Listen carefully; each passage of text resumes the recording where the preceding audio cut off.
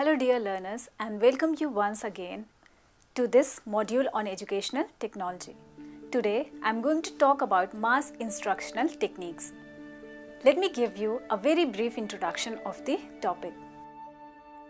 In education, teaching and instruction are used synonymously, though they carry different meanings. Here, teaching is an activity intended to produce learning that no doubt involves instruction. Instruction is defined as a procedure, an activity planned for teaching. It is the whole process applied for learning to occur. Instruction helps in acquisition of knowledge, and different instructional techniques and strategies facilitate different types of learning events and outcomes. In the words of Brunner, as reflected in his book Toward a Theory of Instruction, instruction is after all an effort to assist or to shape growth. There are different techniques of instruction which may be adopted according to the instructional objectives, content to be delivered, learners to be instructed, and the context which they live in. It may be personalized for individual learners or for large group of learners such as in classroom. Now we will see the meaning of instructional techniques. In teaching and learning, we come across different terms such as approach, methods, and techniques. The term and their relationship is reflected in the figure. An approach is a theory, set of beliefs and principles about teaching and learning. It may be called as the foundation of methods. A method is an application of approach in the context of teaching. It is a plan or a systematic way of doing something. Techniques are implementation that actually takes place in the classroom. It must be consistent with the method and in harmony with approach as well. Technique means all systematic processes based on scientific knowledge. Teachers use techniques to reach the instructional objectives. The output of learning depends upon the planning and process of instruction and adoption of techniques suitable to the interest, experiences, and maturity levels of learners. The figure shows the structure of instructional system. Instructional techniques are concerned with bringing improvement in the effectiveness and efficiency of learning in the educational context. In other words, instructional techniques are educational activities which are shaped by instructional context like learning outcomes, content, and properties of a target group. It is clearly reflected that techniques for instruction are the activities which are selected and designed as per the context of learning and learners. Every teaching becomes effective when it focuses on utilization of different instructional techniques to facilitate learners' growth and development from all aspects. Instructional techniques must be planned that will captivate the interest of students and motivate them to learn. Selection of instructional techniques depends upon the learner's content, context, and instructional objectives. If individuality of learner is concerned, teacher plans personalized instructional techniques, whereas for group of learners, mass instructional techniques are used and applied. Elton's model classified all teaching and learning systems techniques into three broad groups: mass instruction, individualized instruction, and small group learning. Now we will see the mass instructional techniques. Mass instruction is in existence since the inception of the concept of education in the form of lecture and expository lesson as the most dominant instructional techniques. Through the use of mass instructional techniques, it was intended to educate more people without increasing the number of teachers and to improve the overall effectiveness of the teaching process. It helps in reaching many people at the same time. These techniques are used to teach a large group of learners effectively. Our own classrooms are its examples where large number of students are given instruction and taught at the same time. Winston suggested that teachers need to realize that the nature of learners changes with its size. So, teachers should plan and use mass instructional techniques that communicate with clarity and accuracy, use questioning and discussion, engage students in learning, provide feedback, and are flexible and responsive. There are different mass instructional techniques such as direct instruction, demonstration, lecture, exposition, explanation, discussion, role play, film presentation, educational broadcasting, etc. Some of the techniques are briefly elaborated here. The first technique is lecture. Conventional lectures are mass instructional techniques which are being used widely at different levels of education. Lecture can be defined as a planned scheme devised by teacher for presenting a unit of the content material to a group of learners through verbal communication which aims at attaining specific objectives related to the cognitive and affective domains of the behavior. It is very cost effective in terms of ratio. It owes its popularity through its simplicity and flexibility and its reach to the largest audience and to cover the large content during the given period. Through this technique, a teacher can provide facts, concepts, principles, theories, etc. to the class in a simple manner. The role of teacher is to control the instruction process and students' role is to listen to the teacher, take notes of the doubtful points and clarify that at the end. Lecture's effectiveness depends upon the quality of teachers such as content knowledge, speed, volume, intonation, body movements, audio-visual switching, etc. It is a teacher-centered technique where mostly one-way communication is used.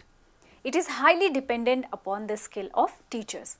It lacks students' participation, which makes teaching dull and ineffective for learners. It does not help in developing higher cognitive skills. It is not suitable for all learning styles. For making it effective, it should be structured in such a way that a student's interest is raised. Next technique is demonstration. Among mass instructional techniques, demonstration denotes the visual presentation of the action. It facilitates understanding of concepts, principles, theories, etc.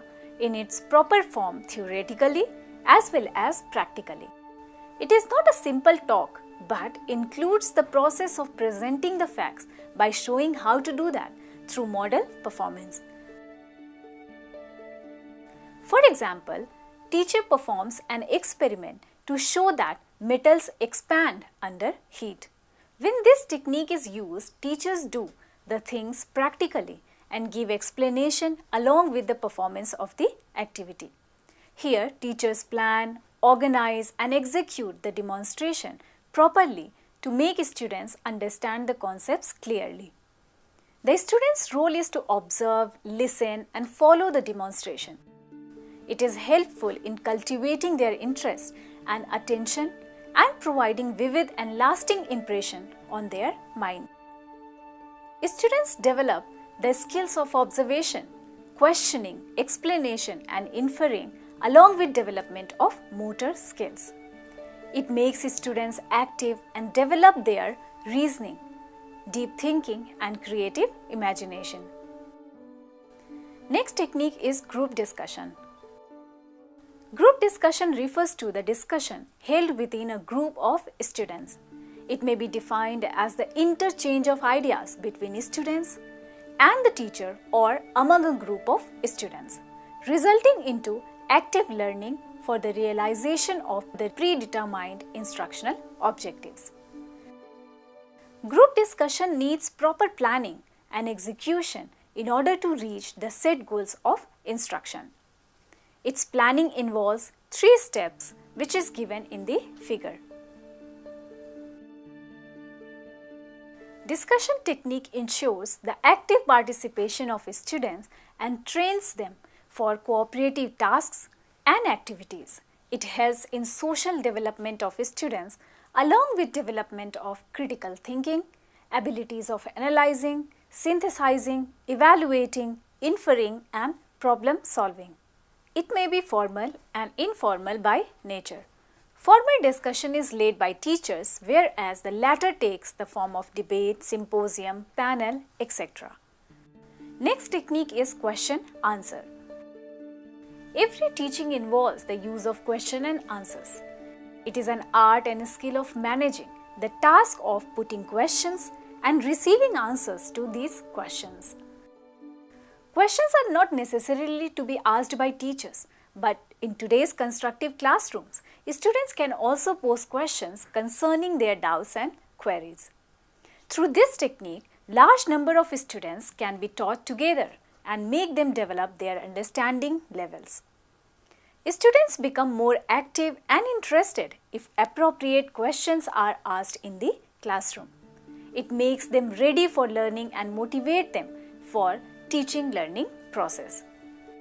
It stimulates students to think, reason and imagine from different perspectives regarding the topics being taught. A teacher can diagnose the learner's misconceptions, difficulties, strengths and weaknesses through effective use of this technique. Next technique is drills and practices. As an instructional technique, drill and practice is said to be one of the most important techniques used by teachers for fixing the concepts already learned by students through systematic repetition of concepts and examples. It involves practice and revision of the learned materials, which leads to mastery of the content and skill. It is a teacher-initiated and teacher-directed classroom practice and exercise work performed by the students, aiming for the perfection of a skill or performance of the material to be retained in the memory of the students. It enables students to proceed to more advanced learning without impairing their efficiency. Next technique is brainstorming. This implies storming of the brain to involve and generate free flow of ideas as quickly as possible without passing judgment and considering their validity and appropriateness. It was popularized by A.F. Osborne through his writing, Applied Imagination. This technique can be used with a group of learners to explore a variety of ideas related to a situation or topic. It is mainly useful in developing higher order thinking skills as reflective thinking, creative imagination and problem solving. It encourages most of the learners to participate in teaching learning process. Next technique is role play. It is a technique where a realistic situation is explored and dramatized by a group of students by playing different roles as desired by the situation under the direction of a teacher in order to derive rich and useful learning experiences. It represents a spontaneous, unrehearsed, lifelike presentation of some situation for gaining insight into a specific problem or deriving useful educational experiences. It develops all three domains: affective, cognitive, and psychomotor. Next technique is video and film presentation. It is a substitute of lecture method and face-to-face teaching. The most important aspect is that it can reach to the large audience with visual presentation that becomes long-lasting and effective. This stimulating technique is helpful in illustrating the content and specific points to the large number of learners. It is expensive as compared to conventional techniques. It requires the infrastructural facilities and trained teachers for its effective usage.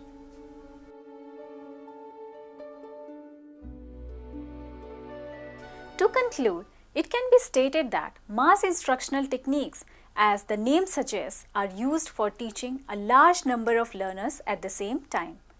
A teacher should use techniques which are helpful in engaging learners, demonstrating flexibility, using questioning and discussion, etc. These techniques actually decide the fate of teaching and learning. For instructing mass learners, a teacher can use a variety of techniques such as lecture, demonstration, discussion, brainstorming, role play, exposition, video presentation, etc. The selection of technique depends upon the learner's content and instructional objectives. An effective teacher uses well-planned and organized instructional techniques for meaningful teaching and learning. Thank you so much.